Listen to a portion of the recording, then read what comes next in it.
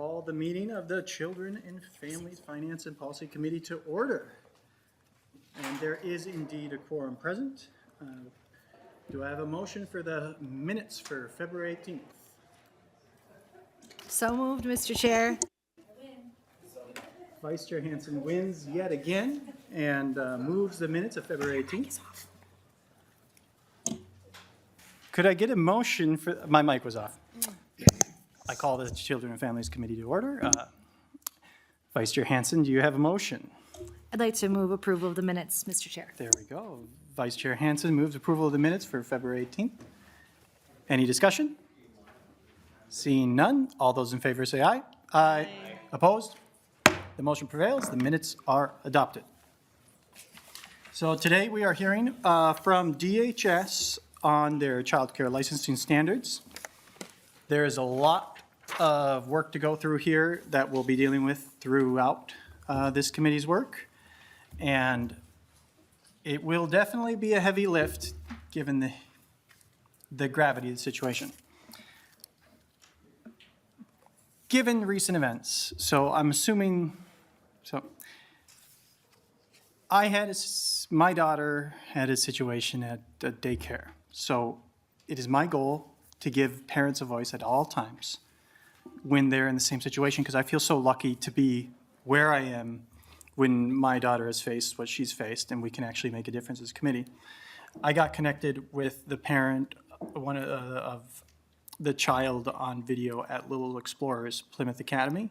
So prior to DHS presenting, I just offered them just a time to address the committee, because so many parents face so many troubles and they don't have an avenue to do anything about it. And the least we can do is, when we can, give them an opportunity. So I'll invite him to give a short testimony just to kick us off. And that will really frame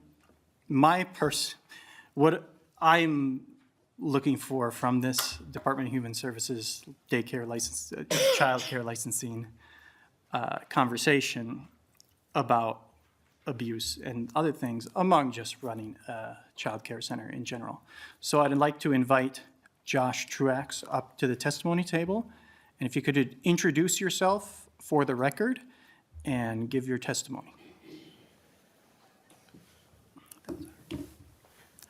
Good afternoon. My name is Joshua Truax. Good afternoon, Children and Families Committee. Who am I? Why am I here? And why should you care? My name is Joshua Truax. That's the who.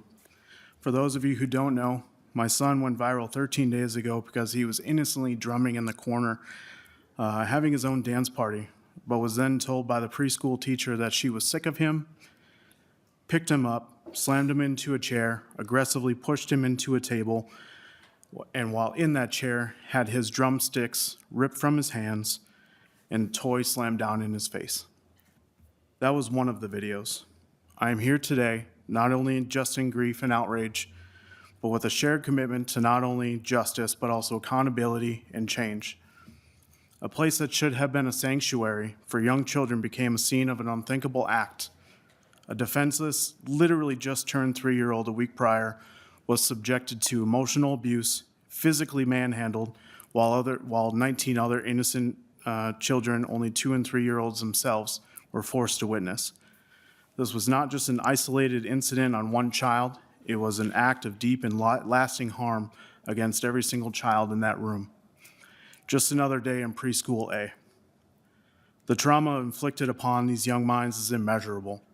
What should have been a place of laughter, learning, and safety turned into a nightmare. The emotional scars left by this jarring event will not fade easily. No child, no family should ever have to endure such egregious treatment. We should have more answers than questions, and most importantly, we should have change. To every parent, guardian, and concerned citizen, we need to stand together. We must demand stricter oversight, stronger protections, and real consequences for those who fail our children. No loopholes, no excuses, no indifference can be allowed to put another child at risk. To other families affected, you are not alone. We stand with you, we grieve with you, we fight alongside of you. These children deserve healing, justice, and a future where their emotional and physical safety is never in question. That's the why.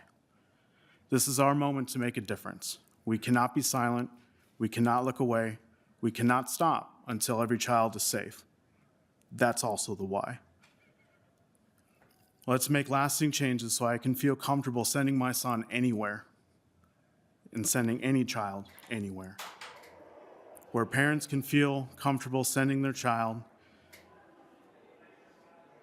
sorry, I lost where I was, to be overall 1% better than we were the day before and keep building upon that.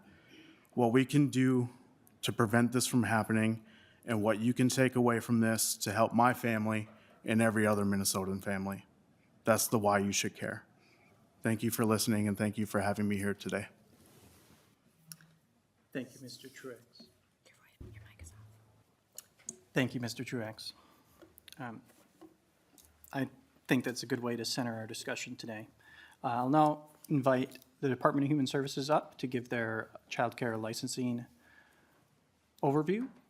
It's a big factor we'll have to deal with in committee, and especially given the modernization movement as well. Now, we're going to have a separate day for that, but as it's relevant, feel free to add that into the committee today. But without further ado, please introduce yourself for the record, whoever will begin, and begin your testimony. Thank you. Good afternoon, committee. Thank you for inviting us here today. My name is Alyssa Dotson, and I am the Deputy Inspector General for the Licensing Division, which is part of the Office of Inspector General at DHS. I need 1 minute to get my slides set up here, and then I will jump right in.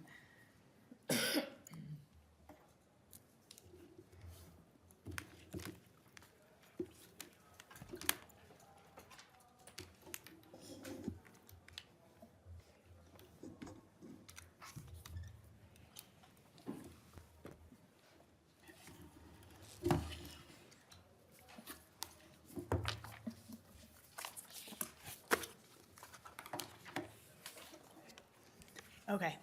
Thank you again for having us here at the committee to talk a little bit about childcare and our licensing regulations, our enforcement mechanisms. I will also share a little bit about our regulation modernization project and the status of that today, and then a few questions about our program integrity area and our background studies we will cover today as well. So first, I'm going to talk just a little bit about some general kind of licensing, kind of what's the grounding of licensing, what we do in the licensing division.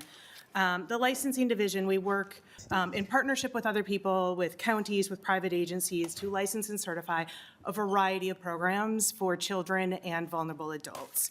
So more than just childcare. We also do adult daycare, foster care for both children and adults, a range of disability services under our home and community-based services program, mental health services, both outpatient and residential, and substance use treatment. So there's a lot that kind of goes on in the division around those different programs. In general, the baseline of what we do in licensing is to ensure that programs can meet a minimum level of health and safety standards to ensure the well-being of children and vulnerable adults in care. We do this through monitoring, the regular monitoring of the standards that are in place for each of those different program types. Kind of at a high level, some of these categories that these requirements cover are health and safety things, supervision, capacity, ratios of teacher to children that might be required, group sizes, how many children can be in each group, the physical space requirements where the services are being provided, whether that is in an individual's own home or whether it's more in a center or an outside facility-based program, training for the staff that are being providing these services or the license holders. There's some important in our children's services around infant safe sleep and protections to make sure that children are safe. And then there's background studies components to this as well. So it's kind of that 30,000 view of like there's multiple different categories under each of those, but that's just that broad high-level view to start with. So talking a little bit more specific just in childcare, for childcare licensing here, wanted to start by who needs a license. This question comes up a bit And people will ask, if I'm taking care of my neighbor's kids, do I need a license? How do I do this? The law says that if you intend to care for children for more than one unrelated family, then you do require a license in there. And in Minnesota, we have two different models of licensing. We have our center-based programs and then our family child care-based programs. These are licensed according to Minnesota statutes, but then there's also additional regulations in the rules that are specific to those programs and how they operate on top of just kind of the baseline general licensing statute. Our child care centers are those out-of-home programs that are caring for larger numbers of children. Typically, the children are separated by age group. You might have an infant classroom, a preschool classroom, school-age classroom, and then specific ratios that are needed to be met for each of those different classrooms and teachers who are in those programs. And then our family child care programs are programs that are provided mostly out of the license holder's own home. These are smaller programs. Right now, no more than 14 children can be cared for at a time. And these are mixed age groups, so they don't have to have children isolated by age group in their own home. They're mixed age groups with different ratios that are allowed for each of those. We also have child care certification that you might hear about. A certified program is actually a program that meets a license exemption. Typically, these are our school-age programs. And so in statute, it calls out who needs a license and who's exempt from a license. So these programs would be exempt from licensure. However, if they want to accept funding from the Child Care Assistance Program or CCAP, that subsidy program, then they need to meet minimum levels of health and safety requirements. And so we certify these programs to those minimum health and safety requirements so that they can accept that CCAP funding. We have approximately 620 certified programs right now. Like I said, most of these are going to be our school-age programs. The school-age programs that are run at the YMCA or YWCA, the JCC, in some of the public schools, after-school programs, things like that. And so those would meet, again, a license exemption, but they're taking that CCAP funding, so there's a required minimum level of that health and safety that they need to meet. You'll also hear us talk about our delegated licensing system. We have, again, kind of two ways that licensing is conducted here in the state of Minnesota. We have our directly licensed and our delegated licensing. So those are the programs that the counties actually oversee and have the primary responsibility for the licensing functions here.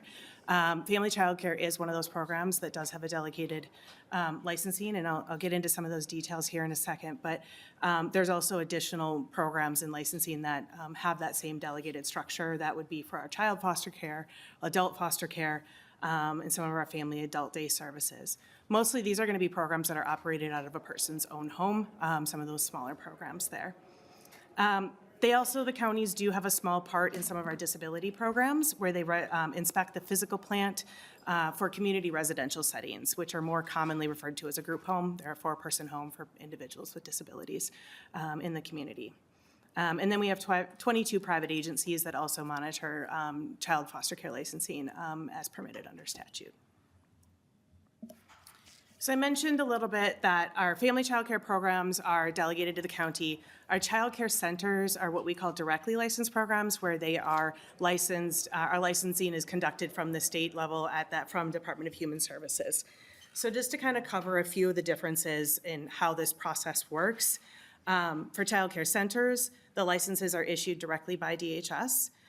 For family child care programs, the county processes that initial application paperwork, works with an applicant on meeting the requirements that they might need for licensure, and then they recommend to DHS whether that license should be approved or granted, or whether it should be denied and for what reasons.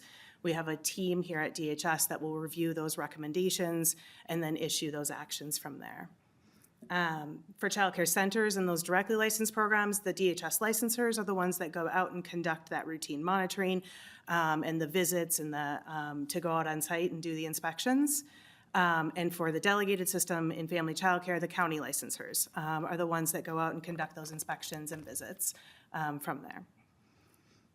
For centers, we at DHS can issue those licensing actions based on the inspections that those DHS licensors do and any results that need to come from that. And then from the family child care world, those are recommendations that are made to DHS. So the county licensors do the inspection work, and then if there is anything that, other than a correction order, any kind of licensing sanction that would be issued, whether it be a conditional license or a fine, something of that, then they would recommend to DHS that they would want to take this action, and DHS refuse that and issues the sanction out of DHS.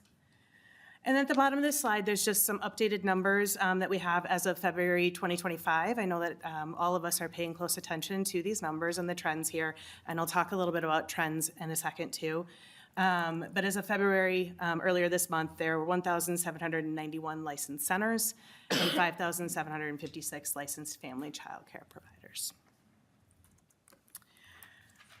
On that same line of our county delegated system, wanted to highlight that in February of 2024, so a year ago, the Office of Legislative Auditor released a report. They had been auditing our DHS's support to the county agencies in there. And they released their report about a year ago. And the findings in general were fairly positive in that the licensors agreed DHS were providing effective support to them. They had favorable opinions of our communication and licensing requirements, and that said that we had made consistent efforts to inform and engage county licensors when there were changes implemented.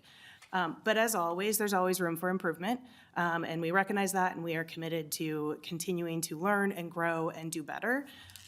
Some of the areas that they called out that were recommendations for us to continue to improve on was being able to provide written guidance that was easily accessible to all county licensors. This was related to some of the trainings that we do for county licensors or some of the monthly meetings that we do for them. Not all of our materials are accessible, and we don't have a succinct, easy way to post that information onto the website right now. We are working towards compliance with accessibility standards and some systems and some resource limitations that we have right now to be able to do that, but welcomed that recommendation, and I believe that that is a goal that we have to be able to continue to provide that more education and information to those licensors. And then also just kind of shoring up some of our processes for these licensing action recommendations across all of our delegated programs. So that's the foster care programs as well as family child care, making sure that we have consistent timelines, consistent processes within those timelines as well. And so we actually currently have a project ongoing right now to evaluate that because we don't want to just pick a timeline and stick with it without identifying what are the barriers or why we're not able to meet that timeline right now. So we're evaluating that process right now so that we can eliminate and remove those barriers and figure out what is needed to get to a consistent place of timelines for those county programs. So I'd mentioned the trends, and I know that that's top of mind for a lot of us here. We've seen some of these trends and the decrease in numbers of providers as it has happened. It is a national trend. Minnesota's trend is on par with some of what we have seen nationally, and this actually, we saw kind of a peak of the number of programs nationally in like 2002. So this has been happening on the decrease for quite a while now. I think there's probably a lot of factors that contribute to that and no kind of one magic answer. And we have been working closely with our partners at DCYF as well to evaluate what is contributing to these, how can we encourage providers to come into the field, how can we maintain the current providers that we have, and what more can we do for capacity building. And I know that our partners at DCYF right now are doing quite a bit in that space as well, so we're continuing and dedicated to working towards that. None of us want to see these declining numbers and families losing access to childcare or providers not being able to stay in business. And so we want to work with them to see what we can do and all of you to support that. One thing I did want to highlight that a few years ago, we had worked with Wilder Research to conduct a study, or they conducted a study to explore alternate licensing models. And so they looked at what are other states doing and really kind of looked at our close by states that are pretty similar in comparison to our population and what those models might be in there. And is there a different way to support these smaller programs and not continue to just build capacity in childcare centers, but we've got some of these smaller desire for smaller programs that may not just be in a provider's own home. Is there a way to explore that? Some other states do offer small center or group childcare license for medium-sized programs. And one of the key differences here when we're talking about those small centers versus kind of the bigger centers is whether they are mixed age groups or they are kind of those separated age groups as well, like we see in our traditional centers right now. But having a small center or other models that might be able to take on some of that desire from smaller programs wanting to have this, but for a variety of reasons may not be able to or desire to operate it out of their own home. So we do have that report and definitely interested in engaging around that and continuing to explore just across the board how we can support this and continue to build capacity in this area. And then I wanted to highlight here, as you've noticed, I am with the Department of Human Services and still here, the Office of Inspector General Programs are still here at DHS. And this June, some of our licensing functions that support children will be transferring to the Department of Children, Youth, and Families. So that includes our DHS units that support family child care licensing and child care foster licensing. It includes our child care center and child care certification teams, and that the support for those private child placing agencies. This does not change the county delegated system. So those licensors that are employed by the counties and doing the work in there, they will remain with the counties and continue to do that work. It is our DHS staff that are transferring from DHS to DCYF this coming June. Okay, next, I'm going to talk a little bit about our kind of enforcement and inspection processes here.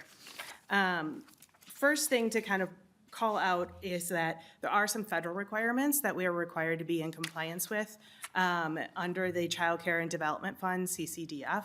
You might hear us talk about this interchangeably as CCDBGA, the Child Care Development Block Grant, and the Child Care Development Fund. They are related. One is the enacting legislation, one is the fund, but these terms get thrown around interchangeably in this.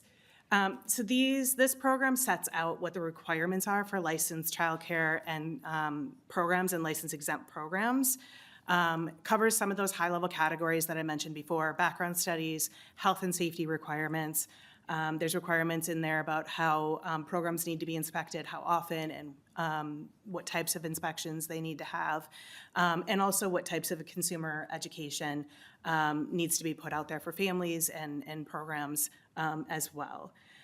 So then this Minnesota and all the other states that are part of this program, then we look at what those federal requirements are in those categories, and then we establish standards with the legislature here to comply with what those requirements are.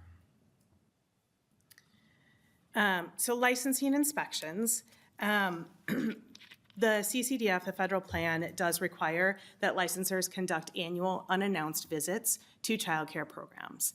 And so these are we're not calling the provider saying, hey, I'll be there Tuesday and coming out. They are unannounced visits. And we do these at a variety of time of the day to respond to when programs might be operating. If we know a program is operating in the afternoon and evenings, our licensors will go out in the afternoon or evening. And if we also try to vary these in the calendar year as well, because things happen differently in the winter than they do in the summer, whether there's access to outdoor equipment or playgrounds, or how they're doing that in the winter. So both want to just kind of see how programs are operating in the different seasons, but also an opportunity for providers to kind of share the good and exciting things that they're doing around some of those things at different times as well. When licensors go out and do these annual reviews, things that they're looking at, they're doing a tour of that licensed space, kind of looking at, is it in good repair? Are there any obvious, disrepair that could pose a danger? Is it in line with the space that they said that was agreed upon for their license, and this is how they're licensed, and yep, it looks like that's all in line. They're also reviewing policies and procedures, records, both the child records and staff records for compliance with what is needed to be gathered for that, and for personnel records for training and things like that. So they're kind of doing a comprehensive review of both the paperwork and the physical space, and just observing how care is provided as well, and may do some interviews with staff too. We also have what we call our early and often unit. So this was developed in 2019 from funding from the legislature, and it was in response to another OLA audit around the CCAP fraud that was occurring. So this unit is kind of exactly what it's described at, early and often. We want to get out to providers early when they first become licensed, and we want to visit them often. And so new centers, and this is just for center-based right now, it is not for family childcare, but new centers would get 4 visits from their licensor within that first year. The first visit is announced, and it's focused on technical assistance. And so that is shortly after they become licensed, having a licensor come out and say, okay, now that you're operating, what questions have come up? Let me take a look at what's going on. Let me give you some technical assistance on how you can come into compliance or point out areas that might be out of compliance and really try to help them along in that process. And then they do 3 additional unannounced visits during that year. And in the third quarter, they actually partner with early and often investigator from our program integrity division as well, who goes out, and that's where they can provide some of that assistance and education and technical assistance around things that often become indicators of fraud, attendance records and children's records and things like that, to say, here's how you need to be in compliance with this so that you're not accidentally in a space that might result in something that looks like fraud. Here's what the requirements are, and really trying to provide that education up front to providers so that they know what they need to do to be into compliance here. And we've received a lot of really positive feedback from providers around this program, saying that it's been immensely helpful for them, and other providers who have been long-term that have said, hey, why can't you come out and do that for me too, in there. And so this has been one of our more successful programs to be able to provide some extra assistance to providers. So in any of our visits, if we do identify non-compliance, there's a number of different ways that we can address this. If they're out of compliance with any of the standards, we always look at the nature, severity, and chronicity of the violation. So we want to know, what type of violation was it? Did it impact the health and safety of the children? Is this a kind of chronic violation that we have seen repeat happen before and hasn't been addressed? We're always kind of looking at those things. And then we have a range of options of ways that we can come in with enforcement tools to bring providers up to compliance here. The next couple slides, we'll get into a few more details of these, but these go from a correction order or what we call a fix-it ticket to anything towards a fine or a conditional or a sanction against a provider's license. For any of the actions that we take, from correction orders on up, they can either request reconsideration of that violation, or for licensing sanctions such as a revocation or a fine, they can appeal that to a judge as well and go through they have their due process of each of those. So the next couple slides go through what these enforcement tools are and kind of a tiered process of how we do this. So the lowest level that we see of these enforcement tools are what we call fix-it tickets. This was enacted in statute several years ago. There's a set list of violations that are violations that do not imminently endanger the health and safety and rights of children. They are things that can be corrected in short order. The provider has 48 hours to correct it, not including weekends and holidays. And it's a set list that's determined by the commissioner. So these can be things like if a licensor is out on site and they tour the bathroom and they see that there's no soap or hand towels in the bathroom, and the provider's like, oh, I have it in the storage closet, let me go, fill it, I'll get that done. That could be a fix-it ticket. That is a violation. You need to make sure that we have sanitary equipment available, but it's not something that imminently has endangered the children. We also then document those because if there is a repeat violation, somebody is not going to continue to get a fix-it ticket for something that is a repeat violation. So we track the chronicity of those. Correction orders are the next level up. These are orders that would outline kind of what the violation is, what the licensor observed that, or what the statute is, what the actual requirement is, what the licensor observed, and then what the provider might need to do to come into compliance with that. These, again, aren't going to be things that are just imminently endangering the health and safety, but they are things that are maybe take a little bit longer to fix. They're not things that can be fixed in that short order of that 48 hours. And so the provider would get a correction order for that. And they have, again, due process rights with those. They can appeal or request reconsideration of those, where our legal team would review for accuracy of those violations. We have fines that can be issued. These are for licensing violations that would impact the health and safety of children, including child maltreatment.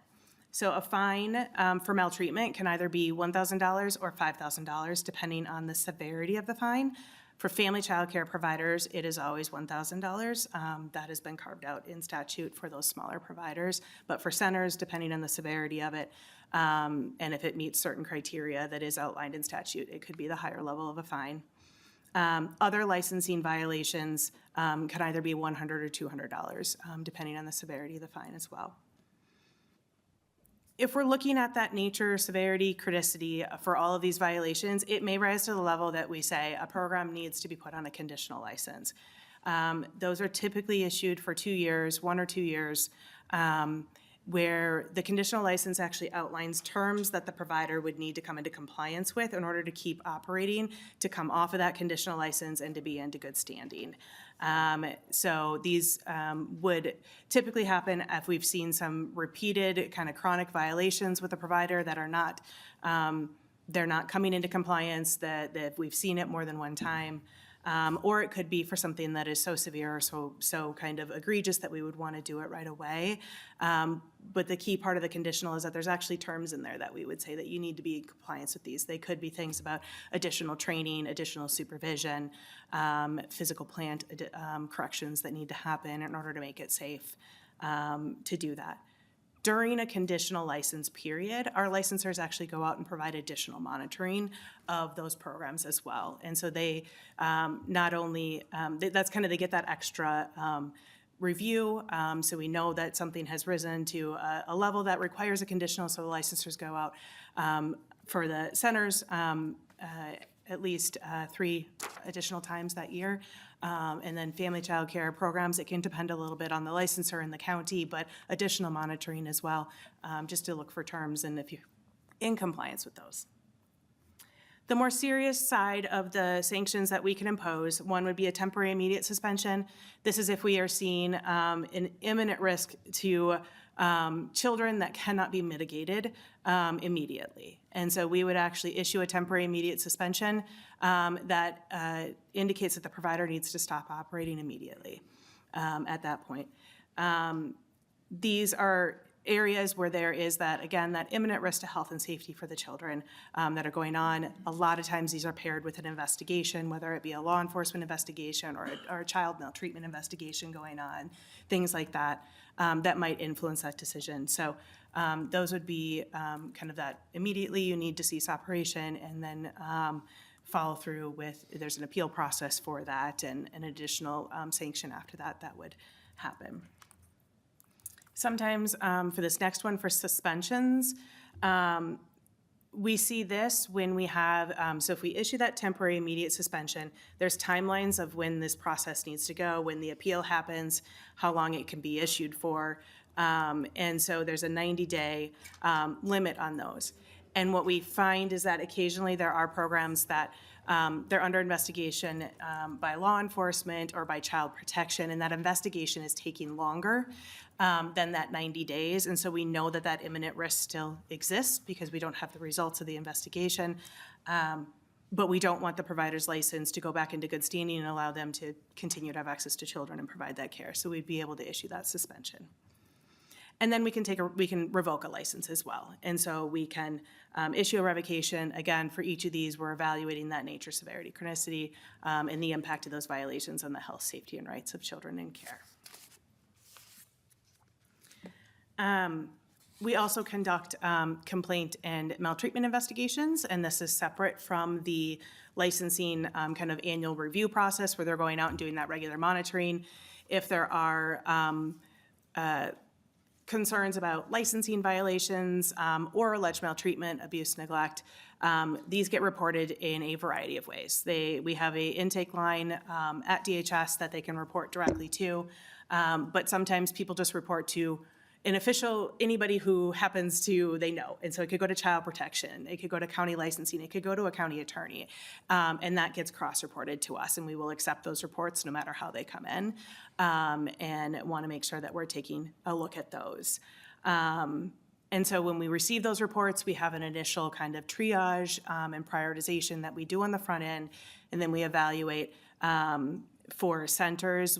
Our licensors or our maltreatment investigators will follow up on some set of those investigations that need to be taken a deeper look at to see what happened in there. For the counties that do that family child care licensing, they also do the complaint investigations, and child protection does that maltreatment investigation process for them. But the processes and the statute are the same for both the maltreatment centers and family. And then depending on the outcome of that investigation, we can take any of those previous kind of actions that I had talked about. We could issue correction orders, we could issue a conditional, we could revoke a license, and the fines that are specific to maltreatment as well would apply here.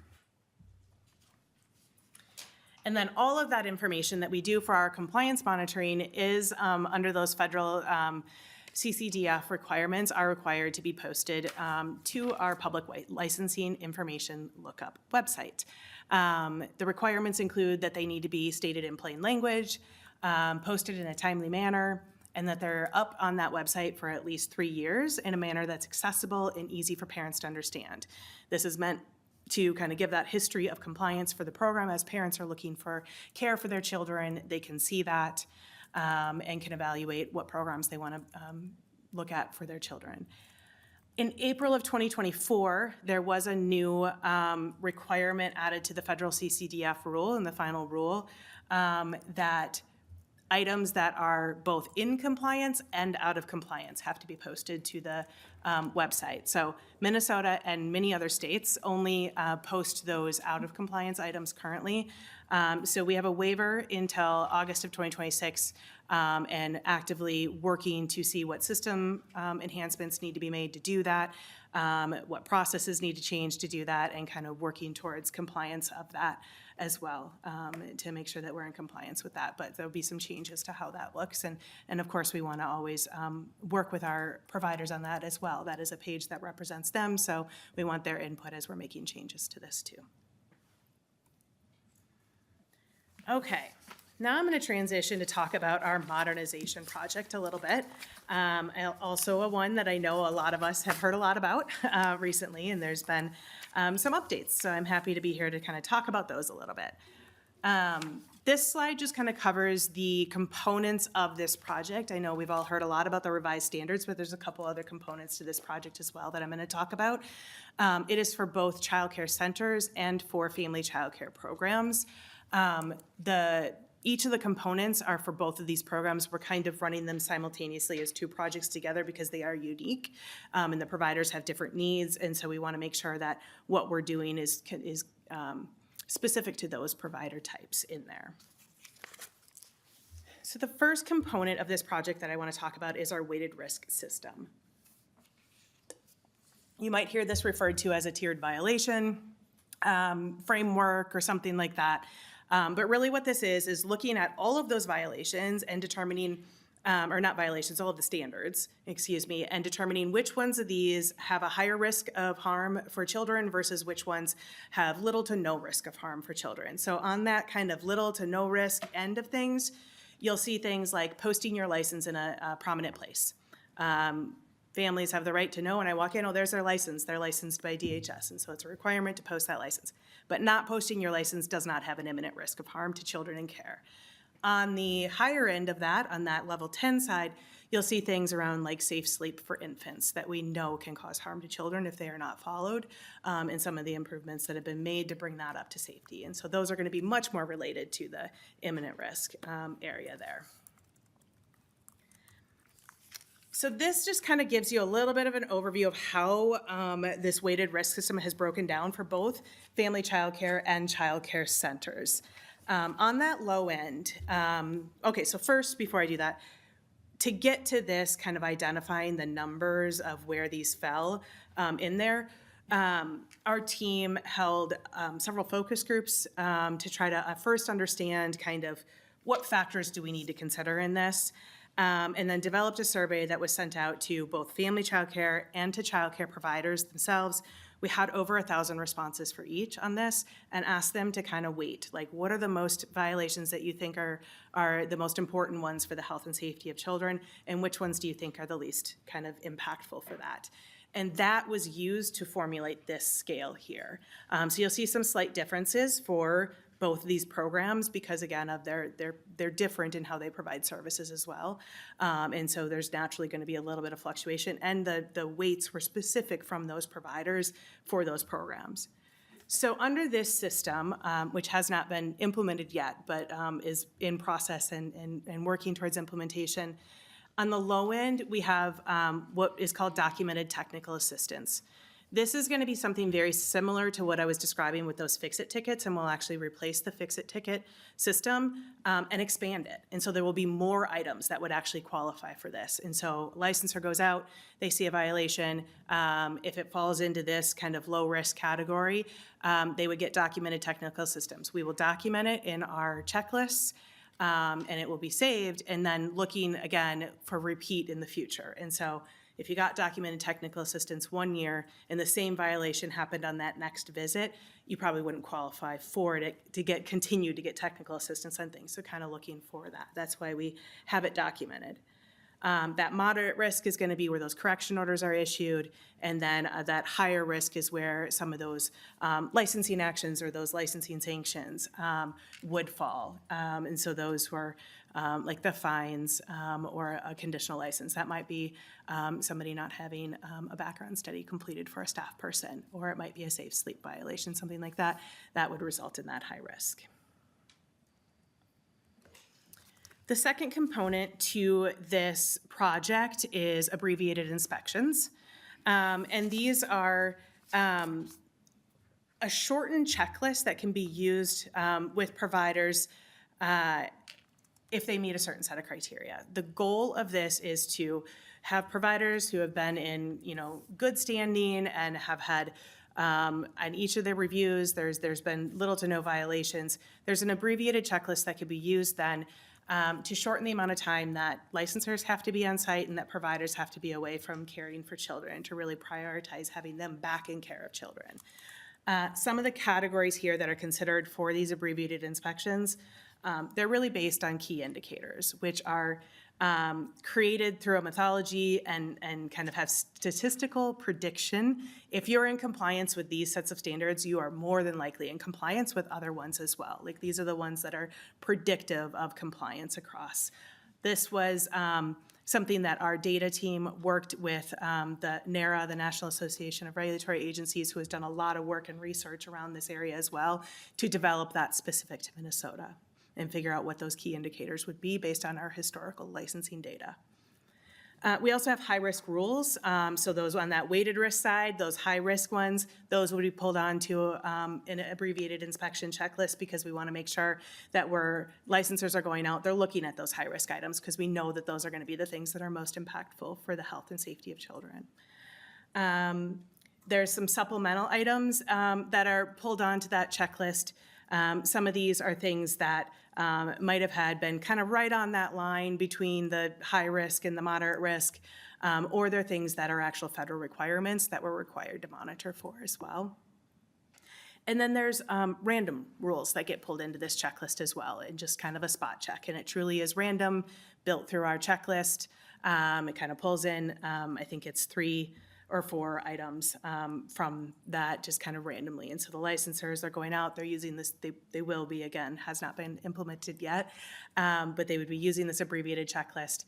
And as they find, I think, yes, on this next slide here, if they find violations through that, the system will actually flip it to a different checklist and kind of go to a more fuller set of standards as well. Because again, as you're looking at those key indicators, if they're out of compliance with some of those items, we know they may be out of compliance with other items too, so the system would actually pull some of those other items onto the checklist. And then the licensor can always pull additional items onto that checklist too, if there is something specific to that program that is unique to that program that they want to monitor, or something that has been historically addressed with that provider. that they could put onto that checklist as well. But the goal of this abbreviated checklist is really trying to reduce the amount of time that licensing work takes, again, to prioritize having providers spend less time doing that with their licensor and being able to provide care to children. This side, kind of talked about a lot in this slide as well, but there's a lot of overlap between these two components here, between our weighted risk system and the abbreviated inspections, and how they interface and feed each other and inform each other in that, and how that works in there. Okay, revised licensing standards. I want to talk a little bit about these. This was something that was set up from the Family Child Court Task Force recommendation that it originally came out of that. There was a recommendation in there that we should modernize and update licensing standards for family child care rules. And then in 2021, the legislature directed DHS to work with the National Association for Regulatory Administrations to develop revised standards. What's on the slide here is what the legislation said that we needed to work towards, making sure that they were grounded in national regulatory best practices, and that they must protect the health and safety of children and be child-centered, family-friendly, and fair to providers. So our first draft of this was released in April of 2024.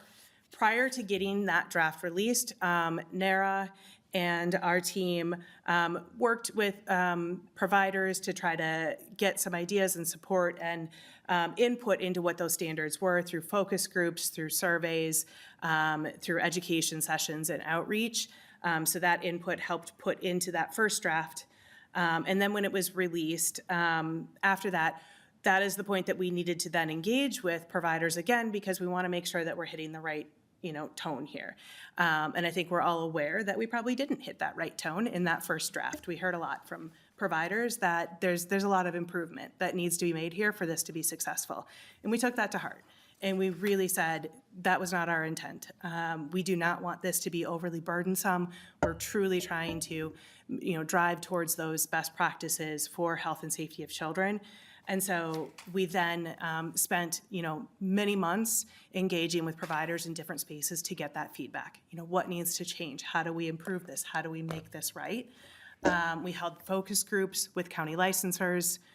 We participated in over 23 listening sessions across the state in person, inviting providers to come in and provide their feedback on, what is right about this, what needs improvement, what's absolutely not going to work, what is the barrier, wanting to hear directly from them. And then developed a survey as well that anyone, sent it to all providers, licensors, any interested parties to fill out as well, and had over 1,600 respondents to that as well, that really kind of went in and asked for a little bit more, like, okay, so if this standard isn't going to work, is it because of cost? Is it because of some kind of other, viability that we're not seeing that's not going to work? Is it because you don't think it's important and it's not going to impact the health and safety of kids and it's just going to be overly burdensome? So really tried to drill down into getting a lot more direct feedback as well from that. And then also did interviews, invited many providers for interviews with Wilder Research to just do some one-on-one. And there were 7 family child care providers and 13 centers that chose to participate in that process. Just to do a one-on-one interview, wanted that to be done. We contracted with Wilder, wanted it to be an external partner that did that as well to try to get some of that feedback that maybe they might have been hesitant to share directly with us. So we did all of that feedback then, and all of that, it was a tremendous amount of information that we received from our providers and licensors, and took that and really worked it into this next draft, which was just released last week on February 13th. Prior to the 13th, we had actually, we released what we called our key themes reports as well, that just highlighted, here are the themes of things that we heard. And we found that providers really did kind of center around very common themes, whether that be environmental standards, supervision, qualifications, and then tried to address, here's how we're going to, what it will look like in the next draft. Then when we published the draft, we also published a document that has, you can see the revisions from draft 1 to 2 in like underline and strikeout language, so it's pretty easy to see in there. Okay, that was where I was concerned in the first one. Here's how it's been addressed in the second one from there. So this was just released last week. Starting next week, we're holding a couple public information sessions for both family child care providers and for child care center providers. And those sessions are just going to be an overview of a little bit of what I've said today, getting a little bit more into the weeds of here are some of the changes that we have seen from there. And then asking everybody who has attended that to fill out a survey as well that can inform what the next level engagement should look like. We certainly have some ideas of how we want to engage with providers, but we want them to help us formulate that strategy as well. Do they want it in person? Do they want it virtual? Do they want webinars that are recorded? What would be the best way to reach out and to get that feedback from them? And then we will continue throughout the summer to engage with providers, with licensors, with anybody who is interested in this to get feedback on this next draft. And, were the changes in the positive direction of, yep, this is more doable, this addressed what my concerns were. Are there some outstanding things that we still didn't quite hit the mark on that we need to continue to work through? Really committed to continuing to engage with the providers and the community on this. Families are welcome to participate as well, to make sure we have those voices from everybody in that, to make sure that we're hitting that kind of right balance of making sure that children have access to safe care, that families have access to affordable care, that providers have flexibility and the ability can provide the care that's required of them. That's kind of the theme through everything that we're looking at. How do we do that dance and fit that balance and make it work for everybody in there? So much more of that engagement will be happening this summer, and then that will be informative into the next draft. So there'll be another draft 3 that will be released, and that will actually be after our transition to DCYF. So that will be a DCYF product at that point, but continued work on that. And that will be released prior to the 2026 legislative session. Opportunities for stakeholder engagement on that, and then a decision made at that time of the next path forward, whether it would be introduced into the 2026 session or where things would go from there. Okay, next up, I'm going to cover a little bit of kind of how our licensing division interacts with our program integrity division and does some of this oversight here.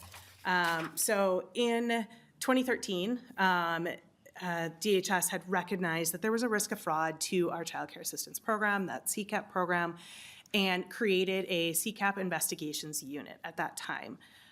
There are some numbers on these slides that kind of just highlight the work that they are doing into investigating this fraud. There's 4 investigators on this team, currently have 62 open cases. Since 2020, this team has recovered about $2.4 million from that CCAP program. And since 2021, they've referred an average of 5 cases to law enforcement each year for criminal investigation, and stopped payments to 79 providers. Some averages for the 21 to 24 calendar years here. There's been 43 investigations open, 5 referrals to law enforcement, 17 monetary recovery orders issued, and 5 stop payments. In that time, so we also stopped CCAP payments to 79 providers and made 18 referrals to law enforcement for criminal investigation.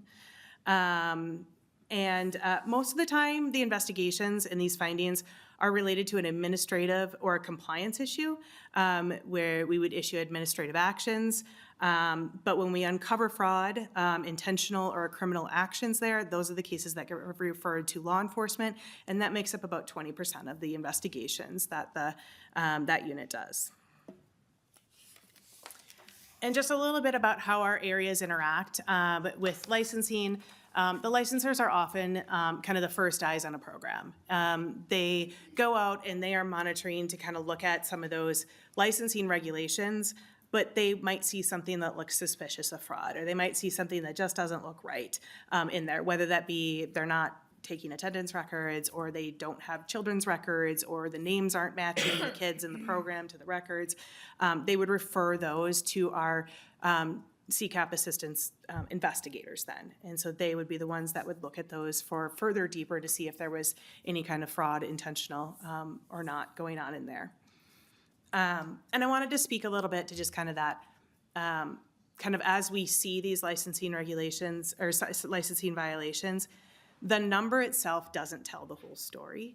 And so we want to make sure that we are looking at, you know, is there a repeated pattern? Are there, you know, additional actions that we can take on the licensing side of things, whether that be a conditional license or a revocation for those repeated patterns. But licensing violations do not always equate to fraud. You know, you can have, like I said, a program that might have their license isn't posted in a prominent location. That's not necessarily an indication of fraud.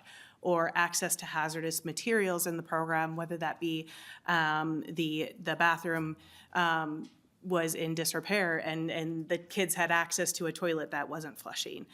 That's not indication of fraud, but it is a licensing violation. So there's kind of a nuance back and forth between these, looking at which ones of these are licensing violations that definitely need to be addressed and programs need to be held accountable and come into compliance with, and which ones do we refer to potential fraud, and how those get looked at in those programs as well. Some of these, like I was just talking about, can be indications of both. And so you might see inaccurate attendance records, or they're not keeping attendance records at all. That's definitely a licensing violation and part of our standards, and it is something that could be indicative of fraud that we would refer to the fraud unit to address and with our program integrity staff there too. I think that's my part of it that is done here. I'm going to pass off to my colleague, who is just going to talk a little bit about our background studies process. Thank you. Would you introduce yourself for the record? Thank you. Yes. Would you introduce yourself for the record and proceed with your testimony? Good afternoon. Thank you, Chair West and members of the committee. My name is Dawn Davis. I am also a Deputy Inspector General with the Background Studies Division. Here this afternoon, thank you for the invitation to present information on background studies. We are the mechanism that interacts and interfaces quite heavily with our licensing division in the Office of Inspector General. And matter of fact, all of our divisions, the Program Integrity Office as well as licensing, have a lot of overlap. This afternoon, I just want to be able to share a few pieces of information about our background studies from sort of that overarching vantage point. So we've got on the first slide a high-level visual representation of DHS's background studies processes that begins for us when providers initiate and submit background study applications into our Net Study 2 system. And with all of the active provider types for DHS's statewide background study system, there are over 70 different provider types that we perform studies for, with an active provider base of, in Net Study 2, as 72,000. So study subjects receive and complete an electronic consent and disclosure form. They submit that in the system and then also have 14 days by which to move forward in the process with IDEMIA, the fingerprint vendor, to actually select a location that is closest to them.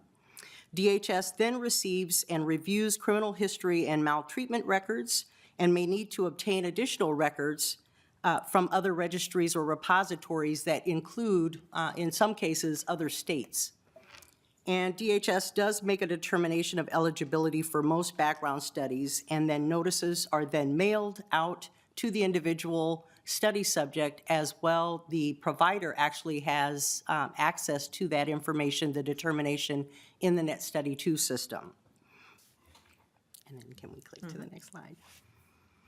For the federal authority with the CCDBG, as Alyssa had shared, the Child Care Development Block Grant Act, in 2014 also began to require states and territories to have, in effect, requirements and processes as well as procedures to conduct background checks for all child care staff members, including those who are prospective staff members of all child care centers, including those affiliated with the child care provider's licensure. Those programs include licensed and regulated or registered under state and territory law, as well as all other providers eligible to deliver the Child Care Development Fund services, which would include license-exempt Child Care Development Fund eligible providers.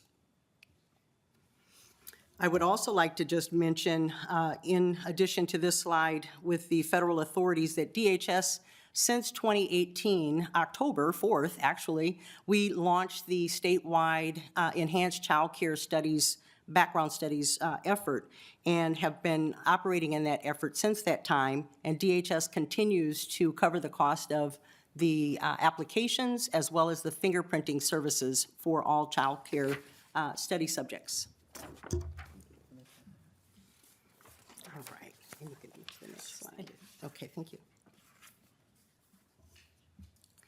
So with the background check components under the Child Care Development Block Grant, they are probably the most rigorous that we have in all of the different study types that we perform studies for other state agencies and regulated provider types. With the background check components for the Child Care Development Block Grant, there's a comprehensive child criminal background check is required for providers that are newly affiliated individuals and household members of a child care provider's license. This includes adults, where there are 3 in-state background checks, 2 national background checks, and 3 interstate background checks that we have to perform. In addition, for minors, we also conduct checks that are name and date of birth for criminal history, predatory offender, and maltreatment, which are required for those minors who are living in a household where there are licensed programs that are, or services that are being provided with the age of 10 to 12, when there is reasonable cause, and then also 13 and older. So we do conduct some studies for minors as well, as required by the federal authority. For the disqualification process, I'd like to share with you all that for the question that I think was posed to us was, what information disqualifies individuals from working in a child care center?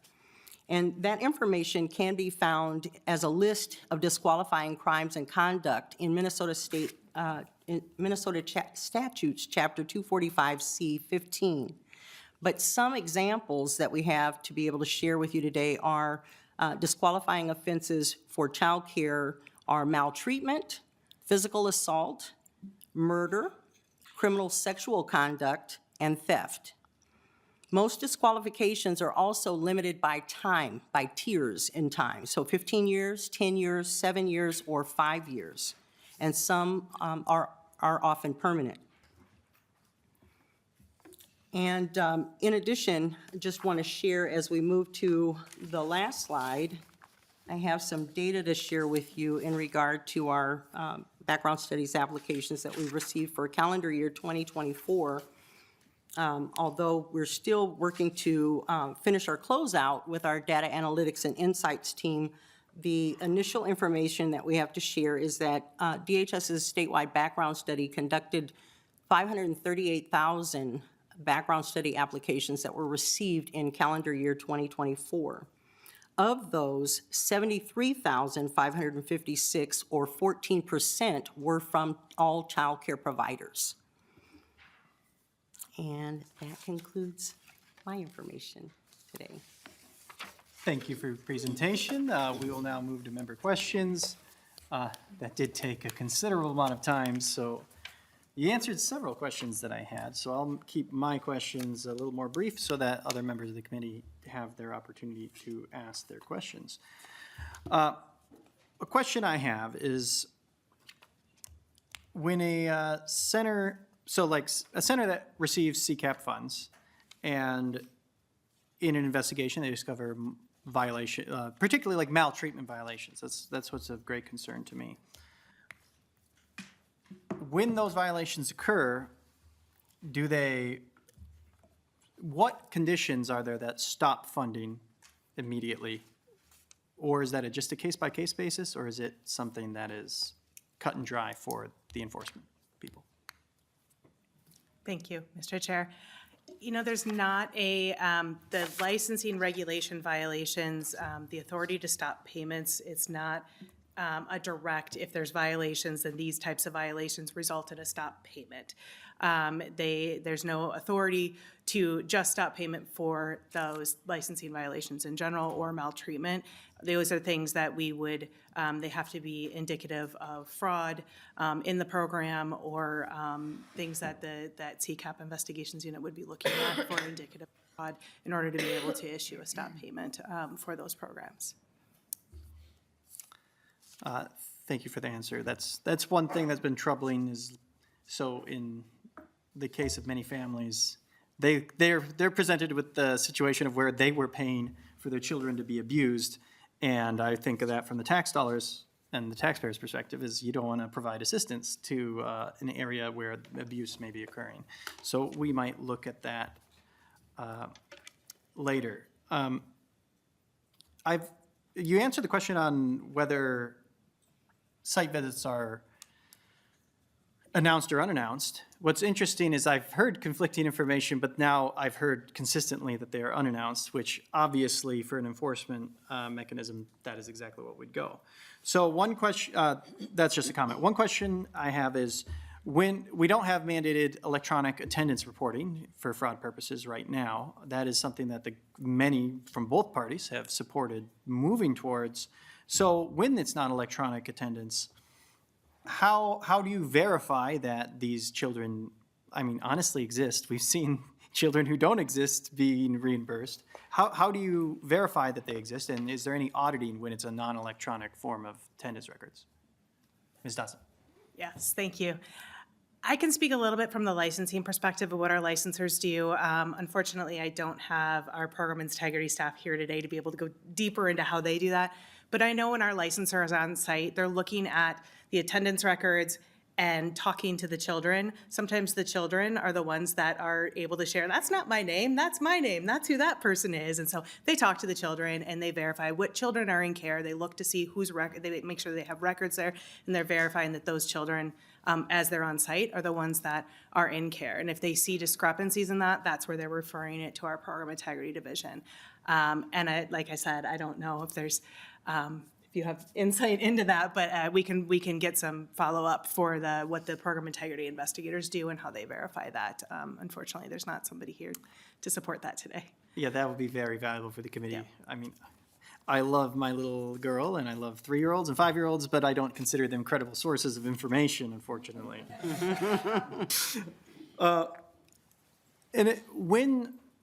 And this is going to be my last question because I don't want to hog all the time for our committee members. When a maltreatment all violations end up public data, as far as I can tell. You can look it up and find it on the licensing website. When specifically, like a maltreatment violation is reported, are parents notified, or do they have to go on the website to be notified? Thank you Ms. for the Dotson. question, yes. So if the parents of the alleged victim, the children or victims, the ones that are alleged to be involved in the incident, are notified by our investigators when we open an investigation. And so the investigator would call them, let them know this is the incident that had been reported, and talk to them and get more information from the parent's perspective on that. At the end and the completion of an investigation, there's a requirement to do a notification if maltreatment has been determined to all parents that were either in the area where the maltreatment occurred, or if it is a more broad, kind of widespread issue that happened across the facility, then to all parents of that as well. So they would get notification saying that maltreatment has been determined, and then they can go to the licensing lookup website to see the report. There's a public report that's completed as well of the summary of the investigation. Thank you, Ms. Dodson. Chair Watum. Thank you, Mr. Chair. My microphone's off. Thank you for being here with us today. This is a really informative overview, and I think we'll have additional conversations on different parts of the presentation as the session continues. I have 2 quick questions or on background checks and fingerprinting specifically, and then I have another question, Mr. Chair. So when these portions move over in June to the new department, DCYF, will the background checks and fingerprinting still remain within DHS? Am I understanding that correctly? Ms. Davis? Thank you, Mr. Chair and members of the committee. Yes, we are working on a plan for that, for background checks, background studies to remain at DHS. We're in the throes of that with the BCA and have inquiry into the FBI right now. Chair Watun? Thank you, Mr. Chair. And then that's really helpful. I mean, I think that because there are so many programs that do require these background screens, it probably makes sense not to section them off into the new department. And I know we've had, particularly with Representative Zalesnikar and Representative Keeler in years past, conversation on just the process and how long it takes and how folks can access fingerprinting opportunities that are nearest to their home and that sort of thing. And it does impact so many of our human services programs as well.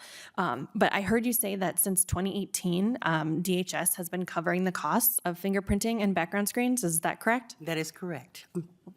How dare you? Chair continues Watun. Thank you.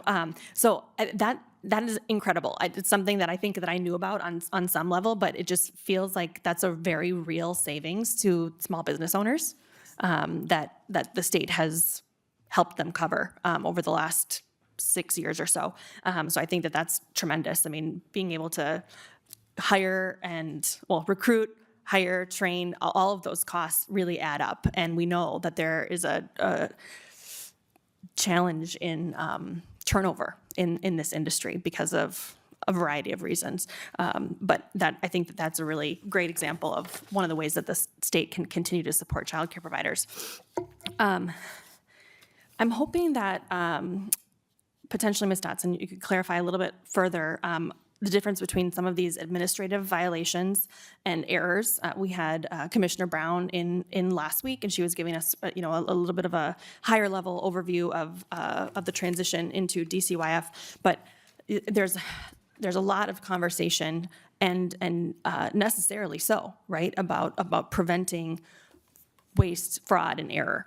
But what I was hearing you say is kind of the timeline between when an administrative error is caught in some of these license visits, but then at what point do they get referred to a CCAP investigation, and then at what point payment would actually be stopped to that provider. And I'm just kind of hoping you can give us a little bit more clarity between CCAP fraud, which is a phrase that's thrown around really a lot.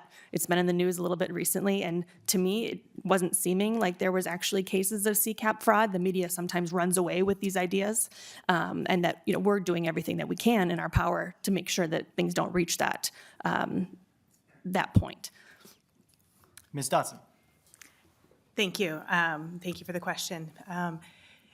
So I can speak a little bit, again, program integrity is not my deep wheelhouse of information, but like you said, there is this interplay between licensing and the work that our licensors do and the program integrity. So if the licensors are on site and they see something that would be indicative of fraud, they do a referral immediately to our program integrity. They don't wait for the completion of their review or their investigation.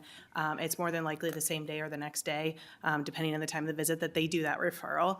And then our program integrity division has their own intake process that they review those complaints as well and determine if there is further investigation needed or what action they would take from there. Those investigations can take a variety of timelines depending on what factors there are. Each investigation is going to be nuanced and complex to the situation at hand. Is it a small provider with a few children in care, or is it a large provider with multiple locations and hundreds of children in care in there? Those are going to take different timelines to go through in there. There's different actions that the program integrity unit can take when they're identifying at different points. If there's a credible allegation of fraud, they do have the ability to issue a payment withhold at that point. But as I was talking about in the slides, there's, about 20% of our investigations on that program integrity side are indicative of criminal or intentional fraud. A lot of this investigations that they do, that other 80% is made up of those more administrative or errors or some of that misunderstanding or education that could be provided. It is still billing incorrectly, but it wasn't done with, a criminal intent in there and trying to hide it. The provider is coming forward and engaging in the investigation and saying, here's what I did, here's what I thought I was doing right. There may still be a monetary recovery that is needed because it was billed incorrectly, but it wasn't a criminal intent in that process. Chair Katizu-Atun. Thank you, Mr. Chair. Thank you for that. That's really, I think, really helpful. We all know that fraud against the government particularly is not a victimless crime. I mean, these are taxpayer dollars that we want to be spent as efficiently and as effectively as possible.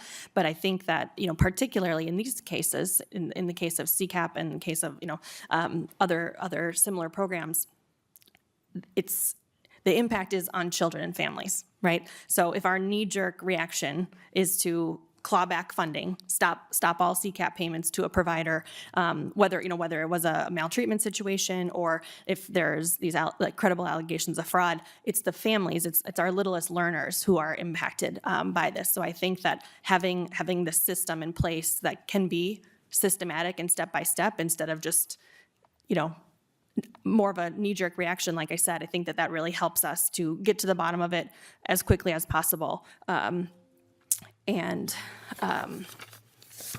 think that it's really important that we're having this conversation.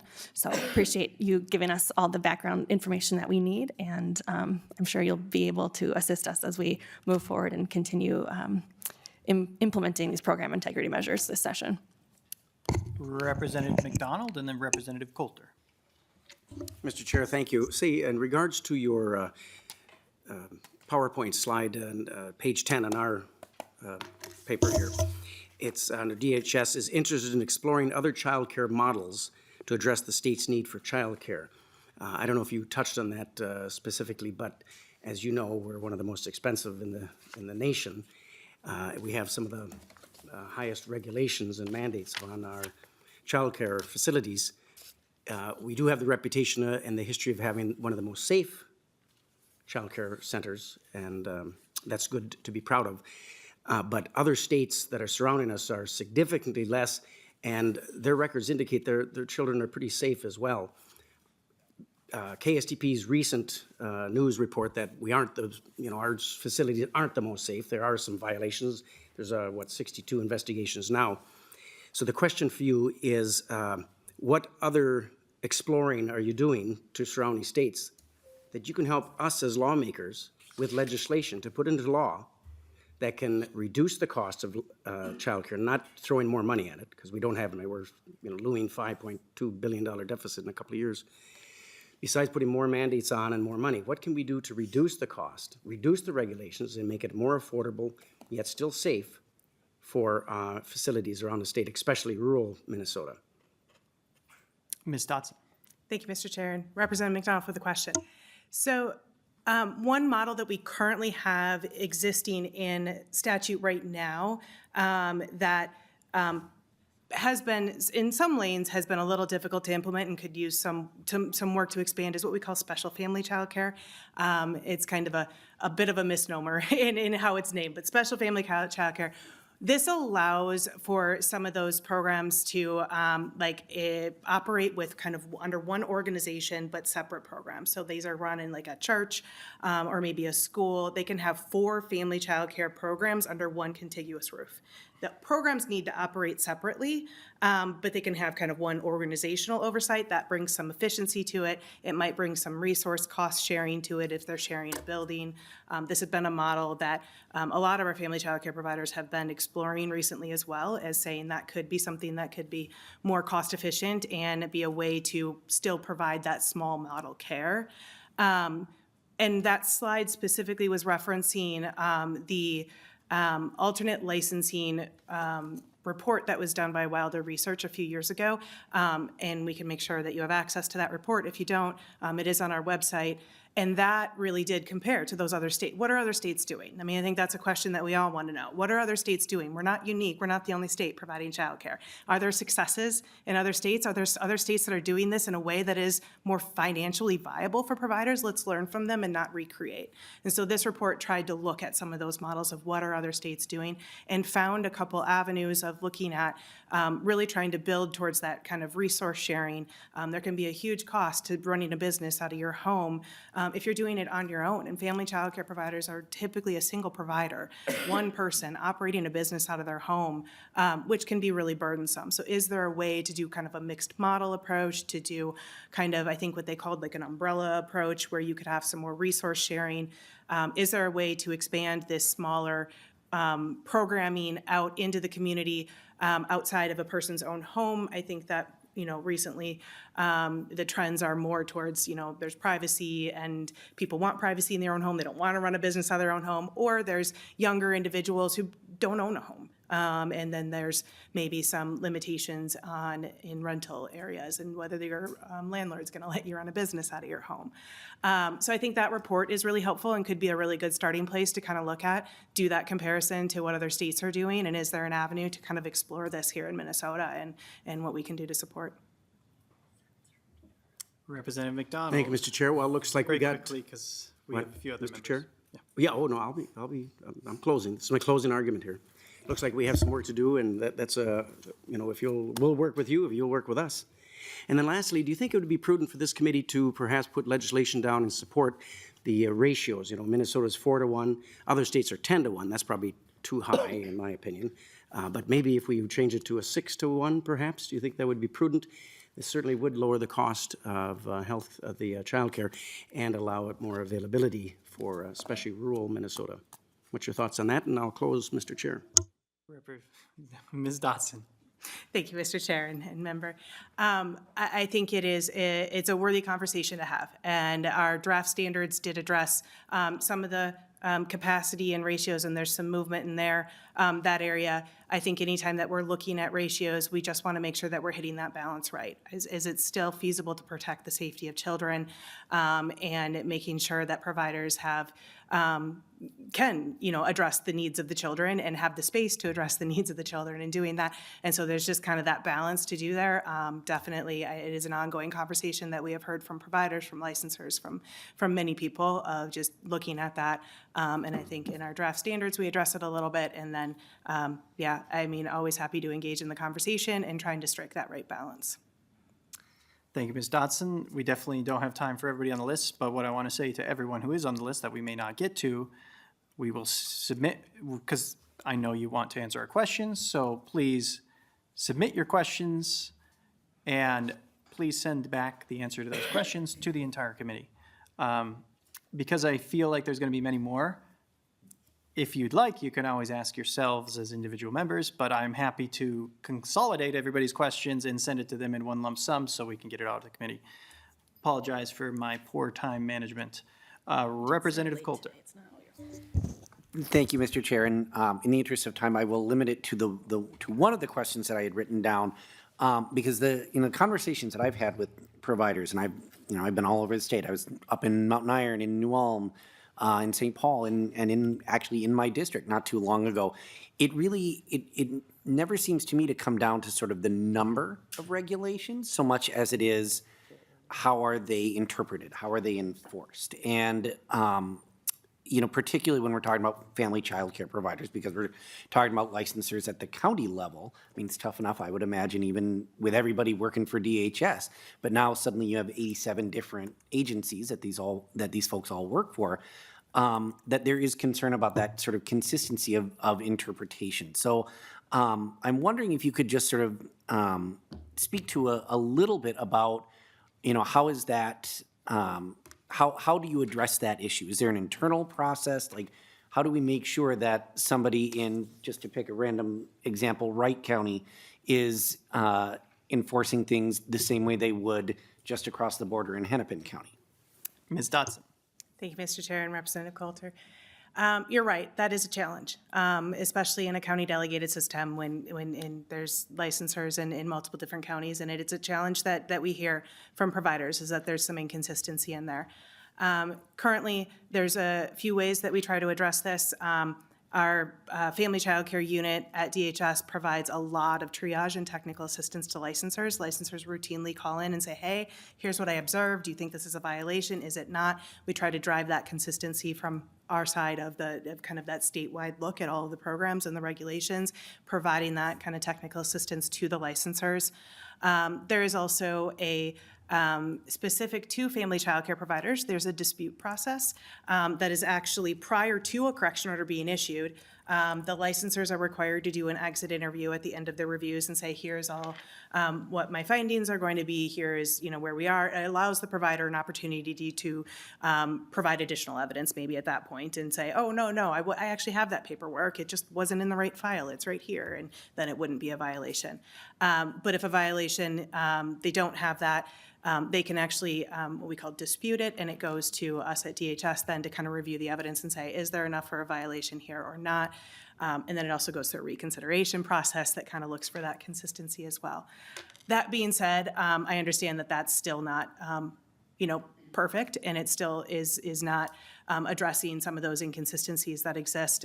So one thing that we are committed to doing with the draft standards as they are being released and kind of working through, once it gets through legislative session, is creating what we call interpretive guidelines around those. And so that you can really get into, here's what the standard says, here's the plain language interpretation of what that standard means and what you would need to do to be in compliance with it. And really using those interpretive guidelines then to drive consistency so that providers have access to it, families have access to it, licensors have access to it, and everybody is interpreting those in generally the same way. We have chosen not to do that right now since standards are likely changing in there, and that is a very resource-intense process, so we're continuing to just engage with licensors in our current kind of training and education and triage and technical assistance that we do with them right now. Representative Coulter. Thank you. Just one very quick follow-up question. How frequently does DHS override county action recommendations? Ms. Dodson. Thank you. I don't have specific off the top of my head, but it's not very frequent. We really do try to work with counties to, if they've submitted a recommendation to us and we're not quite seeing it, or we're not agreeing on what the action would be, we try to work with them and say, hey, can we get a little bit more information about this? Can you reach out to the provider? We need more evidence. Is there any pictures that you can show us that might demonstrate this? And work to come to agreement in there. So it's fairly rare that we would override a decision without agreement with the county. We really try to just work with them because sometimes there might be a new licensor that just submits a recommendation that's pretty bare bones. And so we would call them and say, okay, let's talk this one through and really try to partner and work with them. Representative Coulter. I can see we're at the buzzer, so I'll be done. Thank you. All right. We have 2 minutes left. Lightning round? Or is it deeper?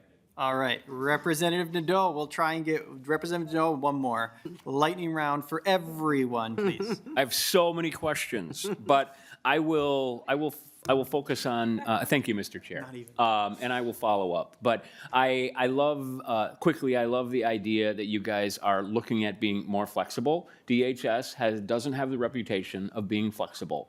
Just hearing about dual licensure is a wonderful thing. That doesn't happen in the disabled community, and we've been trying to work on those things for a while. So hopefully DCYF will be a lot more open. My question has to do with the number of providers that are dropping. Have you guys done, do you plan to, would you be willing to do almost like exit interviews? Why are so many people stopping? How many people have had how many organizations, providers have had significant license issues, for example? Are they leaving because they can't meet the licensure requirements? So I'll leave it at that, just and quickly. Thank you. Thank you, Mr. Chair. Ms. Dotson, more lightning than that. I'll go quick. Yeah, we don't currently collect that data, but we are exploring ways to collect that in the future, because I think that is really valuable information to have, so that we can actually hear from providers, from them directly, what is it that is driving you to close your license, and so that we make sure that we are putting solutions in place that are actually addressing what the problems might be. So yes, we are researching it. We don't have it right now. It will take systems work. It will take working with our county partners to get that, as those are county delegated. And so as we are making systems improvements, we are building it into that. To make sure we have a balanced members of each party not heard, we will have Representative Hevings and Yeager will lightning it out, and then we will be done. Got it. Thanks. Okay, so last week I asked DCYF about the cases that get referred to law enforcement, and I appreciate on slide 32, you said that 5 cases have been referred since 2021. How many of those went to the counties? How many of those went to the BCA? And then of those, how many are resolved? Oh, new person. What? Mr. Chair, Christy Grum, I'm the Director of State Government Relations at DHS. Representative, I apologize, I don't have that. I can follow up with you. Well, that was lightning, and that was true lightning. Representative Nadeau, you could probably. All right.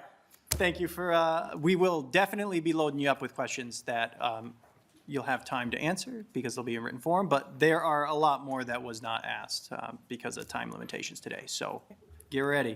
Thank you for coming before the committee. Thank you so Committee's much. adjourned. Thank you.